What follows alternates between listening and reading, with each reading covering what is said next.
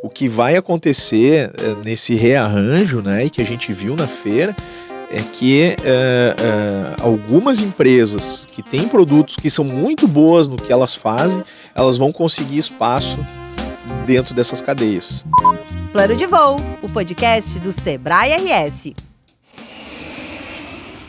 Olá, sejam bem-vindos e bem-vindas ao Plano de Voo, podcast do Sebrae RS. Eu sou o jornalista Eduardo Wolff e piloto deste voo. No episódio de hoje, a gente traz insights poderosos da Hannover Messe, a principal feira de tecnologia industrial do mundo. A Hannover ocorreu na Alemanha e recebe pessoas de todos os lugares.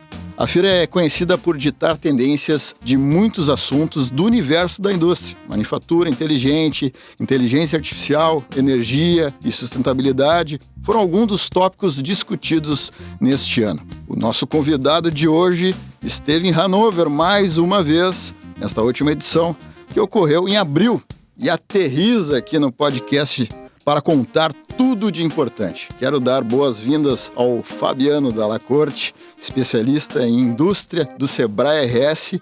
Seja bem-vindo ao Plano de Voo. Muito obrigado. Olá, pessoal, todos que estão nos ouvindo. Obrigado pelo convite. E é um prazer estar aqui com vocês mais uma vez para a gente pilotar esse avião. Vamos lá, vamos pilotar. E a edição deste ano da Hannover, a Messe, ela contou com 123 mil visitantes, de acordo com a organização. Cerca de 60% desse público representa micro e pequenos negócios.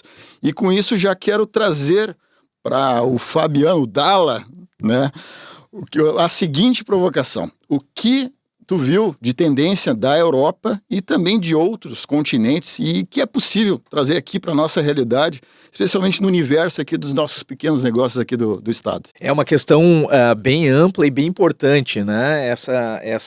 Esse paralelo que nós fazemos, que hoje já não é mais um paralelo, mas é uma convergência, né?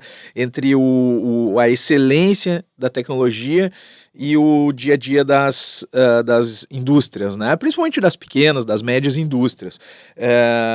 Como eu falei, já é uma convergência, assim, a gente está chegando muito próximo, né, de massificar essa tecnologia, de alcançar novos níveis de produtividade, né? Então, quando a gente fala de tendências numa feira como a Feira de Hannover, a gente está falando também do que está acontecendo aqui, do que vai acontecer logo adiante, né? E claro, nesse tipo de feira, que é uma feira muito de demonstração, coisas que vão acontecer daqui 20, 30 anos, que estão sendo prototipadas ali, né? Então, a gente acaba entrando nesse mundo, né? Nesse mundo do presente e do futuro ao mesmo tempo, assim, e a gente começa a ver... até passado também, né, Dalla? Porque é uma feira extremamente tradicional, né? Isso, exato. Tem todo um resgate aí, né? Muito bem pontuado. Pode ser meio clichê, mas é meio que uma viagem no tempo, assim, né? Tanto do passado, então a gente passa lá, por exemplo, tem máquinas, equipamentos, né? A manufatura tradicional, ela tem espaço dentro da feira. A gente vê coisas que estão sendo implementadas hoje, que já estão operando hoje, e vê coisas que ainda tem um tempo de uma maturidade a ser criada, né, para acontecer ali na frente. O que é importante, assim, nisso tudo, né, é que os níveis de produtividade, de excelência, né, uma indústria de nível global, ela pode, mesmo as pequenas empresas têm acesso a esse nível de produtividade, qualidade, de produto, modelo de negócio, né?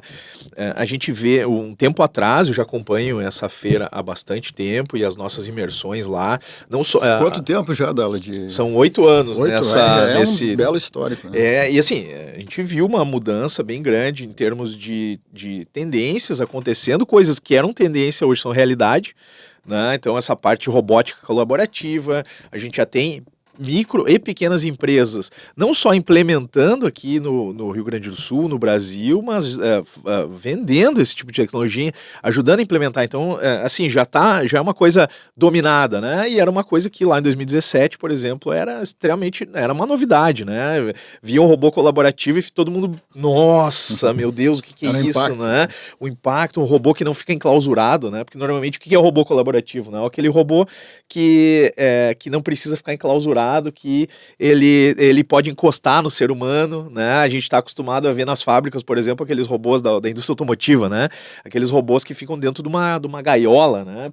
E não pode chegar perto, né? Então, a gente, naquela época, né, o robô colaborativo, ele tinha essa aura, assim, de ser uma coisa extremamente tecnológica.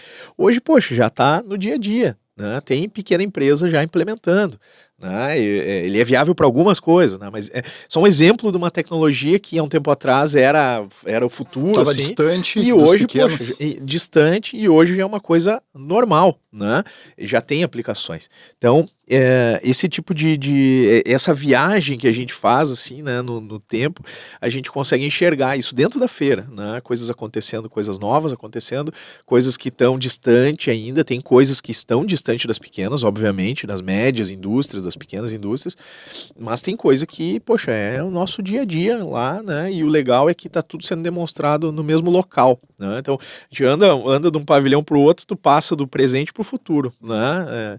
É uma feira gigante, assim, eu já falei outras vezes aqui, né, mas é uma feira que tem 17 pavilhões, né, gigantesca, assim, não é pouca coisa, a gente não consegue ver toda a feira durante o período, né, até porque nós temos outras programações, e essa programação, inclusive, além do tamanho da feira, dela ter esses pavilhões separados, né, entre tecnologias digitais, entre robótica, a parte de metalurgia tradicional, vamos dizer assim, né? Além da gente visitar a feira com essas que tem esse padrão, nós também temos uma programação técnica. Então o Sebrae junto com a Fiergs, é uma parceria que a gente faz, né? E o Sebrae junto com a Fiergs organizam uma programação técnica de visitas. Então nós visitamos, por exemplo, a Volkswagen, nós vimos a planta da Volkswagen, que é a maior planta do mundo de produção, né? São 2 prédios de 2,5 km cada um. Então, são 5 quilômetros de linha de produção, vamos dizer assim, né? Paralelas, 2 linhas paralelas, e gigantesca, totalmente automatizada, né? E a gente conseguiu prover isso, né? Ajudar o empresário dessa pequena, dessa média, até das grandes, né, que estavam conosco, a ter acesso a esse tipo de visão, de produção, né? Isso é extremamente importante para a gente saber para onde estamos caminhando, né?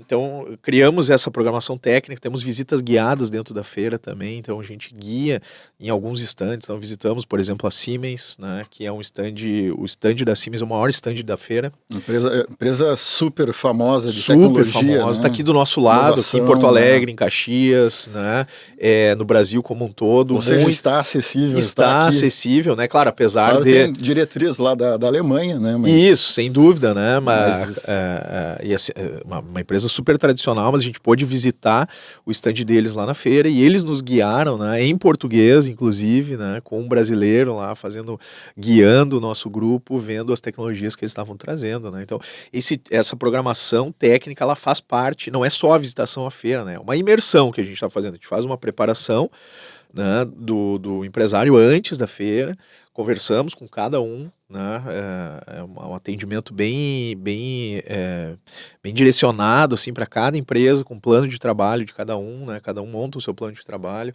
nós vamos até lá, visitamos, vemos essas coisas acontecendo e logo depois, né, na volta, a gente faz um acompanhamento também com cada um desses empresários que estiveram conosco para implementar essas tecnologias, né, direcionamos cada um para alguma ação que o Sebrae pode ajudar, né? Onde o Sebrae pode ajudar, onde o Senai, que é nosso parceiro, pode ajudar também. A gente faz essa parceria, né? E direcionamos o empresário para que justamente ele consiga implementar coisas que nós vimos lá na feira ou nas visitas técnicas, né, nas visitas guiadas e tudo mais. Então, não é só implementar tecnologia, né, tem uma questão importante aqui, já emendando num assunto que eu sempre trago aqui, quando a gente fala de indústria como um todo, não só a Hanover, né, outras vezes que eu já vim aqui conversar com vocês, eu sempre abordo, que é a questão de ter a manufatura enxuta, uma manufatura limpa em termos de não ter perdas, diminuir as perdas ao máximo, né? Então, poxa, se o cara não quer implementar nenhuma tecnologia, a gente ajuda ele a melhorar o processo produtivo, né? Que é a primeira coisa que tem que ser feita, né?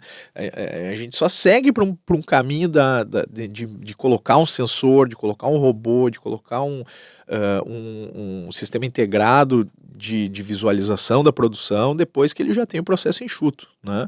Aí quando ele tá chegando no limite ali de não conseguir ter mais melhoras conforme vai colocando ferramentas, aí a gente entra com a tecnologia para impulsionar, né? E abre mais um hack, vamos dizer assim, né? Ele abre mais um espaço ali para tu começar a crescer produtividade de novo, né?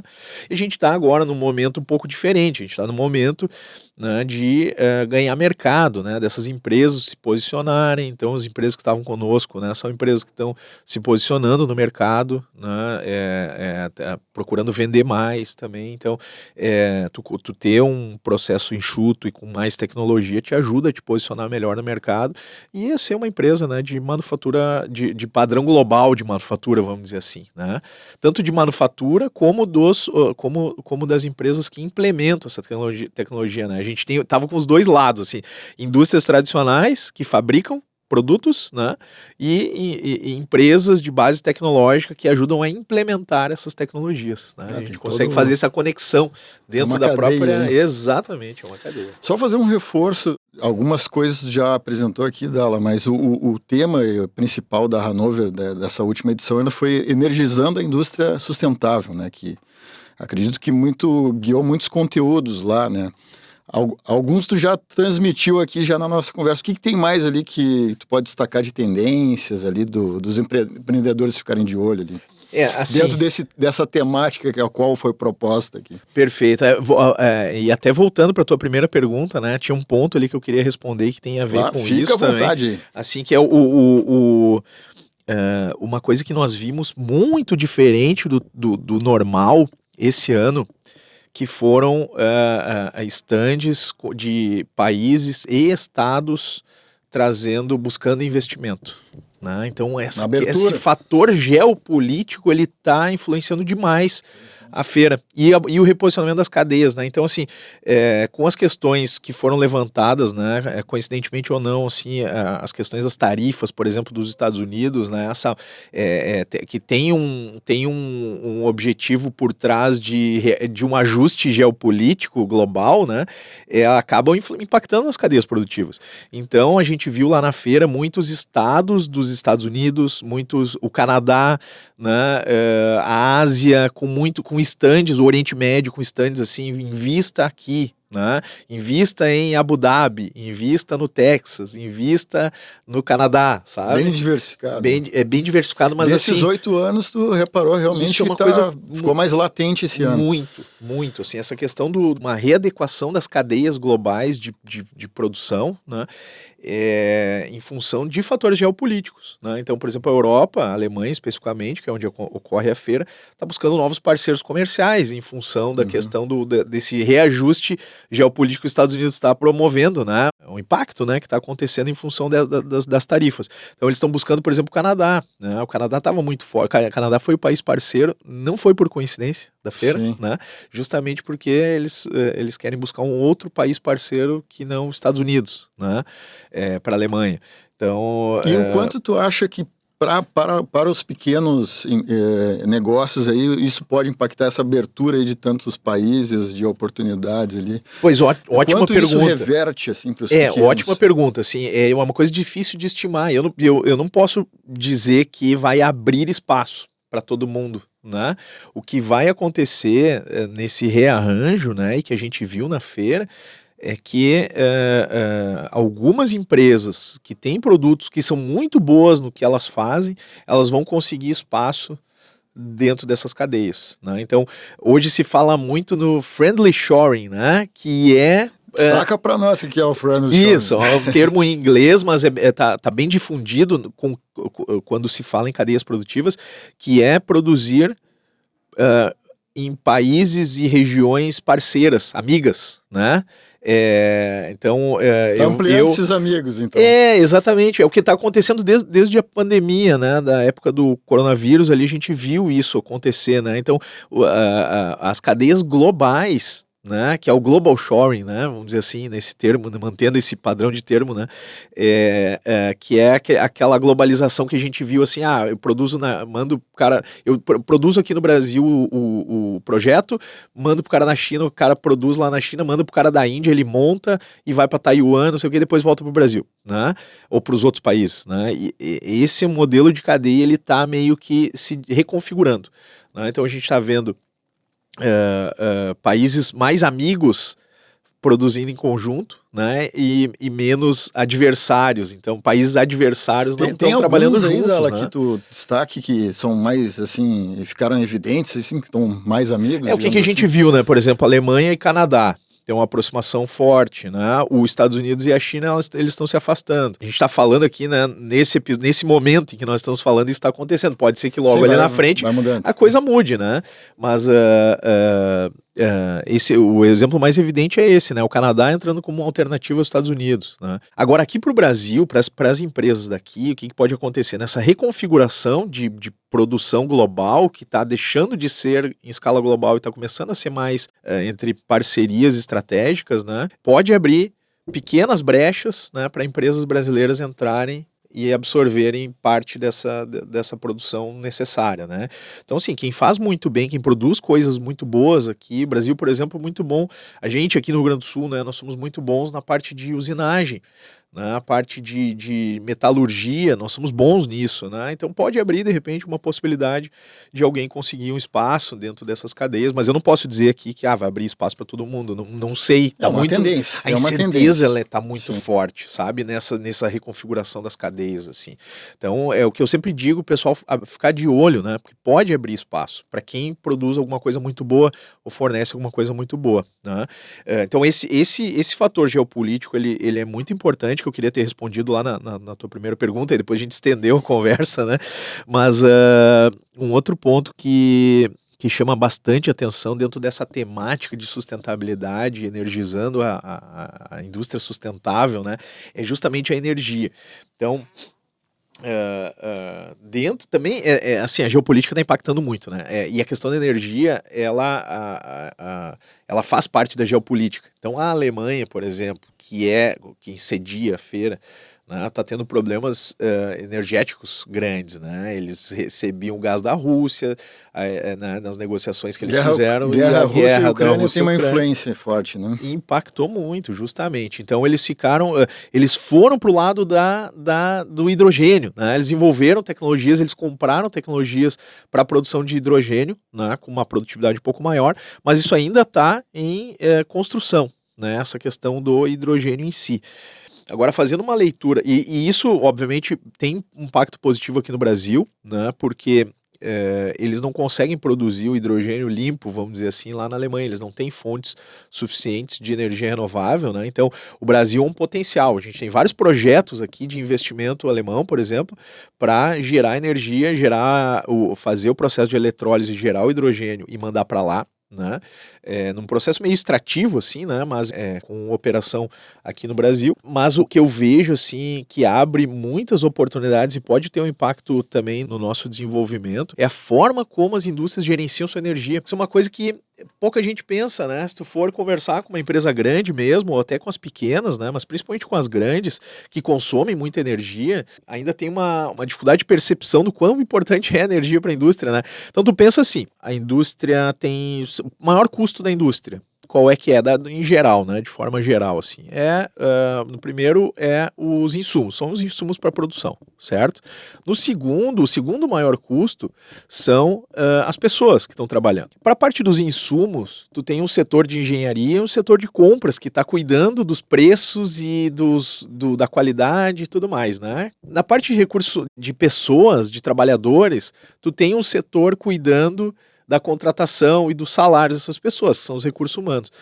O terceiro maior custo das indústrias é a energia. Então não tem ninguém cuidando da energia dentro da indústria. Quem faz isso é o cara, é o contas a pagar lá, que vai pegar o boleto e vai pagar a conta, né? E Não no foi à máximo, toa que foi a temática desse ano. da feira, da justamente. Feira. O quanto está urgente. O quanto está urgente a gestão energética na indústria, né? Então o que está acontecendo? O que a gente viu lá? Assim, muito sensor para medir energia, muito software para controlar essa gestão energética, né, de uma forma mais inteligente, e de alguma forma, né, minha recomendação sempre para as indústrias é analisem bem o seu custo energético, né, tem uma pessoa para tratar disso, ou um setor, quando maior, né, como uma indústria maior, pode ter um setor para trabalhar a questão energética dentro da indústria, eficiência energética, a geração de energia, né, o comprar energia de uma forma inteligente, né, mas principalmente gerir essa energia.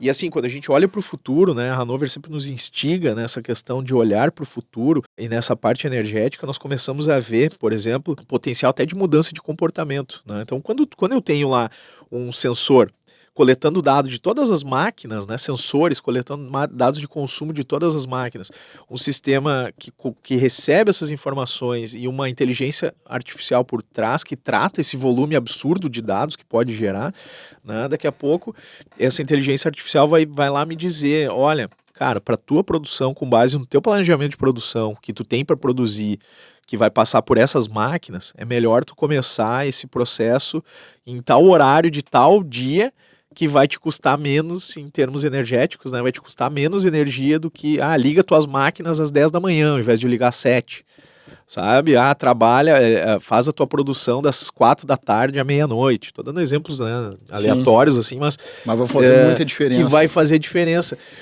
Porque o consumo energético ele vai ser muito menor naquele momento em que ele está ajustando. Os sistemas inteligentes acabam te ajudando a ajustar esse processo produtivo, né? E fazer com que tu consuma menos energia. E aí tu começa a pensar, poxa, por que né, isso impacta inclusive na nossa vida nas cidades? Daqui a pouco, talvez a gente não tenha mais turnos, né? Aquele turno das 7 às 5, depois das 5. O turno padrão, exatamente, né? Talvez isso mude a dinâmica das cidades, né? Daqui a pouco o cara vai começar a trabalhar às 10 e vai parar às 8 da noite. O outro vai começar a trabalhar às 4 da manhã e vai parar ao meio-dia, né? O turno até no cotidiano. Claro, inclusive, exato, é o trânsito da cidade, sim, né? É o restaurante que está aberto num horário diferente, né? A dinâmica das cidades vai mudar, talvez mude, tanto, né?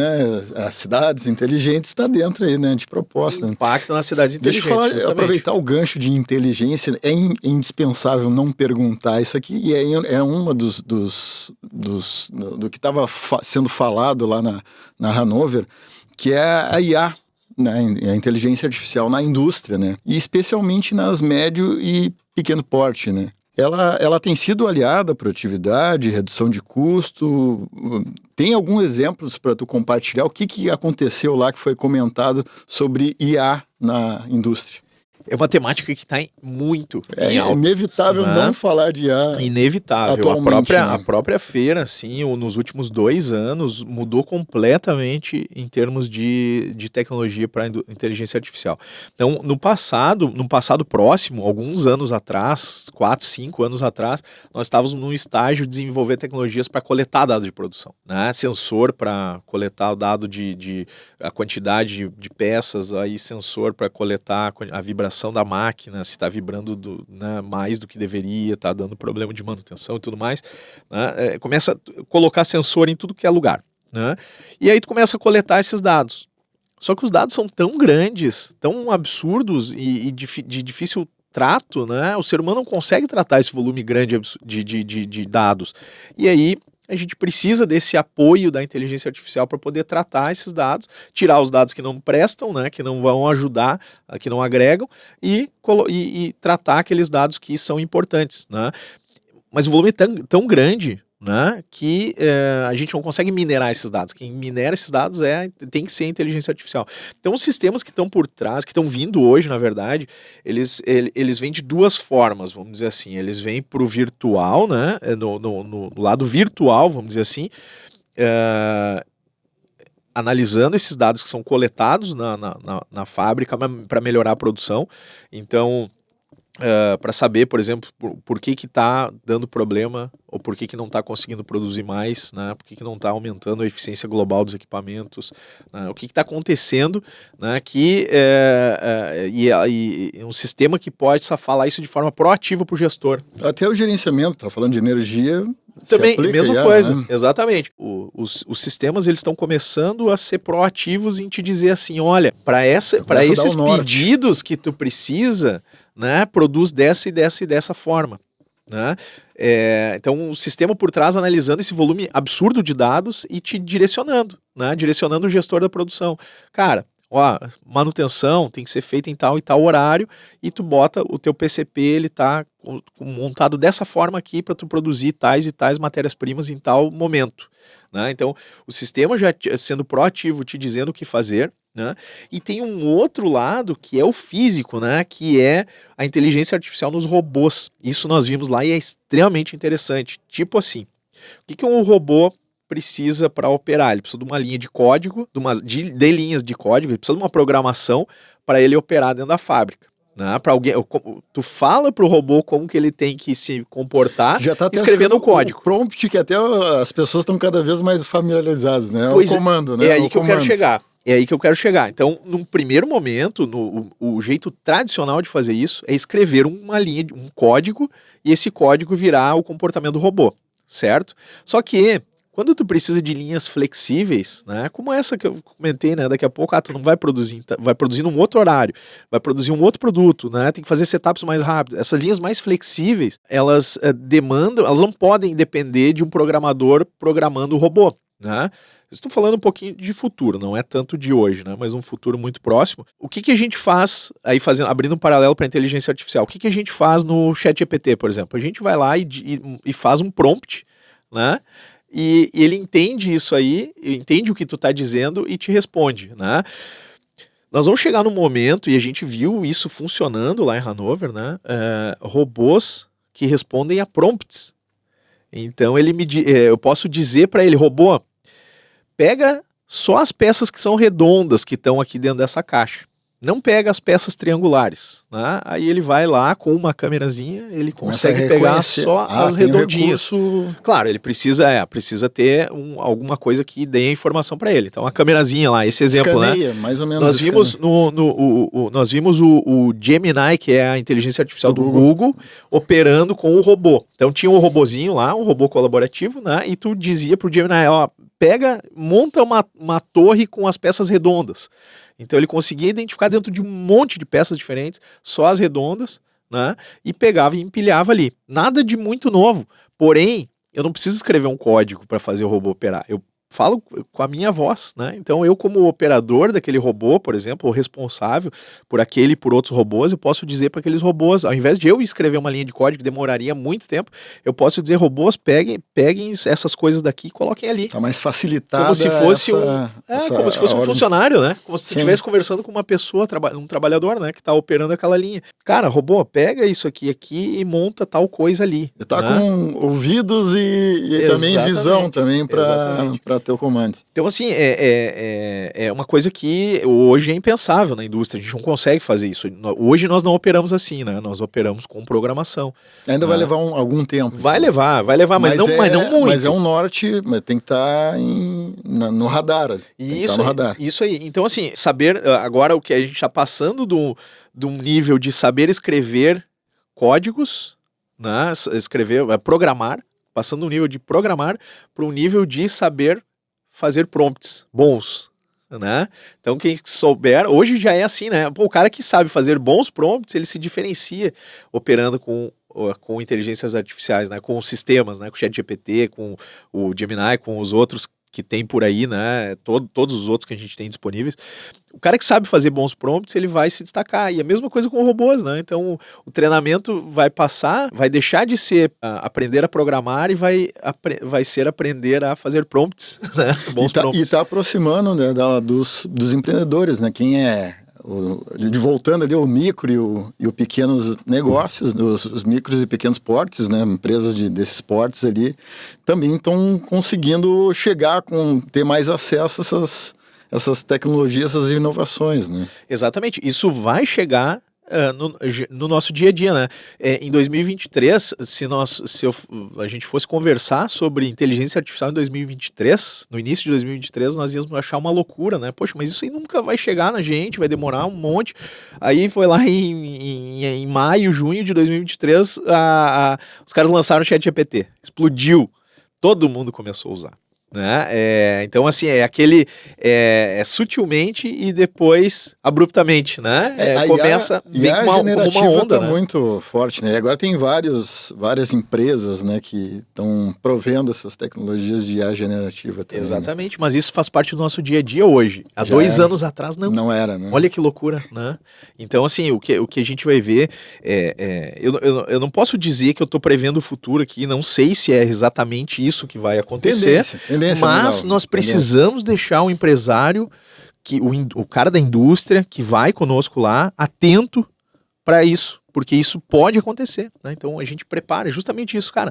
É tendência, pode acontecer, tem uma grande chance de acontecer. Nós vimos operando, né? Então fica ligado, porque quando tiver acessível, tu tem que saber fazer funcionar.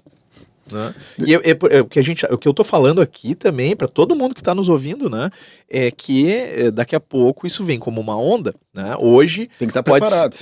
Exatamente. Hoje pode ser pode ser que a gente não consiga enxergar a aplicação, mas daqui a pouco vem com força, né? Então, quando vier, tu tem que saber o que fazer. Sim, tanto é que a IA generativa não se falava há 2 anos atrás, mais ou menos por aí, e agora veio a avalanche, né? Exatamente. E a tendência é ser cada vez mais rápido. Deixa eu fazer um resgate, a gente falou de nações, né, dos friendly ali, e eu queria ver contigo também, tem uma coisa legal que o Brasil ele foi anunciado, né, como um país parceiro na edição do ano que vem de Hannover. Hannover Messe. Isso mostra a relevância do nosso país. O que isso pode representar para o setor industrial? Ótima pergunta. Sim,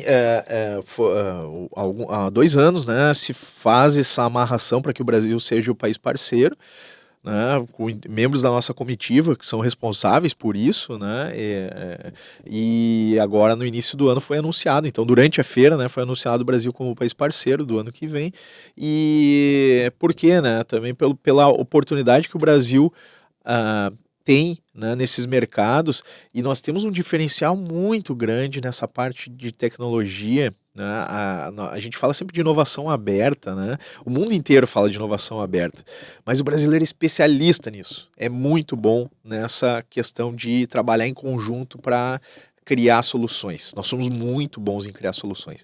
Os ambientes, por exemplo, como o alemão, lá onde a feira acontece, eles dizem que eles têm inovação aberta, mas a inovação aberta deles é entre as grandes empresas, assim, ela é fechada para quem quer entrar, sabe? Aqui no Brasil é diferente, né? Aqui no Brasil, as startups aqui, elas costumam trabalhar junto com a indústria, né? Chega lá na indústria, cara, eu vou te oferecer esse produto aqui, testa aí, vê se funciona, não vou te cobrar nada, a gente faz um teste, mais se colaborativo. Se tu gostar, eu começo a fornecer para ti, tu me dá uns feedbacks de se tá dando certo, se não tá, o que tem que melhorar e tal, e isso acontece com médias, com grandes empresas, né? E com pequenas startups começando a fornecer, e as indústrias estão abertas para isso acontecer aqui. Na Alemanha, por exemplo, na Europa como um todo, principalmente na Alemanha, que é o cenário que a gente conhece mais, isso não acontece menos, vamos dizer assim, né? Então o modelo de inovação aberta é muito diferente, e no Brasil nós somos muito bons nisso. Então nós somos muito bons em criar startups que são relevantes, né? Que sejam relevantes para o mercado, novas tecnologias, né? Essa flexibilidade de melhorar o produto com rapidez, né? Com base nessa parceria, nessa inovação aberta entre grande indústria, pequeno fornecedor, pequena startup, esse é um dos motivos para que o Brasil seja o país parceiro no ano que vem na feira, né? E a tendência é que nós possamos ter lá exposição, né, de pequenas indústrias, pequenas startups brasileiras que estão começando agora, estão levando alguma tecnologia diferente, né, expondo lá e mostrando seus produtos, seus serviços para o mundo. E isso é uma oportunidade muito boa, né? Ano que vem promete. Os brasileiros. Vai ser uma grande edição para os brasileiros, com certeza, né? Sendo o Brasil país parceiro, nós vamos ter uma visibilidade muito grande, né? Tanto em termos de tecnologia como em termos de posicionamento de país, né? Mostrando que o Brasil tem muito o que entregar, e nós temos mesmo, assim, quando a gente fala de tecnologia, né, de ponta e tudo mais, a gente visita a Feira de Hannover, mas a gente vê que muitas das coisas que estão lá, elas fazem parte do nosso ecossistema aqui, né, de inovação, de produtos, de tecnologia, né, a gente desenvolve muita coisa muito relevante aqui no Brasil. Então, a visita, por exemplo, uma ida na imersão à Feira de Hannover, né, a gente não vê muita coisa, quer dizer, vamos melhorar essa frase, né, a gente vê coisas que são muito relevantes, mas que estão no nosso dia a dia aqui também. A diferença é que lá está tudo centralizado dentro de uma feira, né? Aqui está um pouco mais aberto, a gente não vê isso todos os dias, né? Lá na feira a gente consegue ver tudo acontecendo. Porém, as coisas que a gente vê lá são coisas que a gente tem aqui também, né? E que a gente faz, por exemplo, que a gente leva, né, tecnologias que a gente leva para o Mercopar. Então, eu já ia fazer essa pergunta, já que a gente tem essa oportunidade, esses temas que a gente está conversando aqui na nossa conversa, no nosso bate-papo aqui no podcast, elas vão acontecer na Mercopar, como tu destacou, que é a maior feira de inovação da América Latina que temos disponível, e vai acontecer em Caxias do Sul. Até lembrando que ela acontece 14 a 17 de outubro. Né? Então, para quem está nos ouvindo, vale a pena, a resposta é óbvia, vale a pena ir. O que dá para deixar para os ouvintes, na nossa audiência, o que pode ser visto na Mercopar? Vale muito a pena participar da Mercopar, né? Tanto como visitante como expositor, porque, primeiro, que a Mercopar tem o objetivo de conectar, né, as cadeias produtivas, né, da indústria. Então, a gente tem as mais diversas cadeias produtivas. Claro, tem um foco no metal mecânico, mas a gente tem as mais diversas cadeias produtivas participando da Mercopar, dos mais diversos setores possíveis, né, que sejam indústria, e a Mercopar, ela tem um caráter de inovação muito forte, né? É uma feira que passou por uma transição há alguns anos atrás, ela passou de ser uma feira de subcontratação, né, de cadeia produtiva mesmo, para uma feira de inovação industrial, e ela se posiciona como a Feira de Hannover está se posicionando também. Então, trazendo as mais diversas inovações e as inovações mais modernas, vamos dizer assim, possíveis, né? Então, na Mercopar, a gente consegue também ter essa experiência de estar tocando no futuro. Dá para transferir também muitas coisas que aconteceram em Hannover para a Mercopar. Muitas das coisas que... Entre outras também, né? Exato, e algumas tecnologias que a gente tem aqui que não são tão desenvolvidas lá, por exemplo. Provavelmente na edição 26 lá da Hannover Messe, justamente, Brasil está, né? Justamente. Também já vai ditar muitas coisas, né? Exato. Coisas que, por exemplo, a operação de drones na indústria no Brasil, ela está mais avançada do que o que a gente vê lá na Feira de Hannover, né? E nós vemos, a gente pode ver isso na Mercopar, né? A gente pode ver isso, já vimos em algumas edições passadas, certamente de novo. Nós vamos ter na Mercopar 2025, né, como uma tendência para Hannover 2026, né? Claro, pode ser muita pretensão, né, dizer que a gente está abrindo tendências só aqui, né? Mas o que acontece na Mercopar é o que está acontecendo nas maiores feiras do mundo em termos de tecnologia, com certeza, né? Justamente também pela Mercopar, pelo Brasil ter um posicionamento de inovação aberta para a indústria muito forte, né? A gente consegue desenvolver coisas mais rápidas, né? A gente tá conseguindo criar um atalho, né, desse período que nós passamos por uma desindustrialização no Brasil no passado. A gente está conseguindo criar um atalho para chegar no nível de tecnologia que a indústria mundial tem, e a gente vê isso dentro da Mercopar.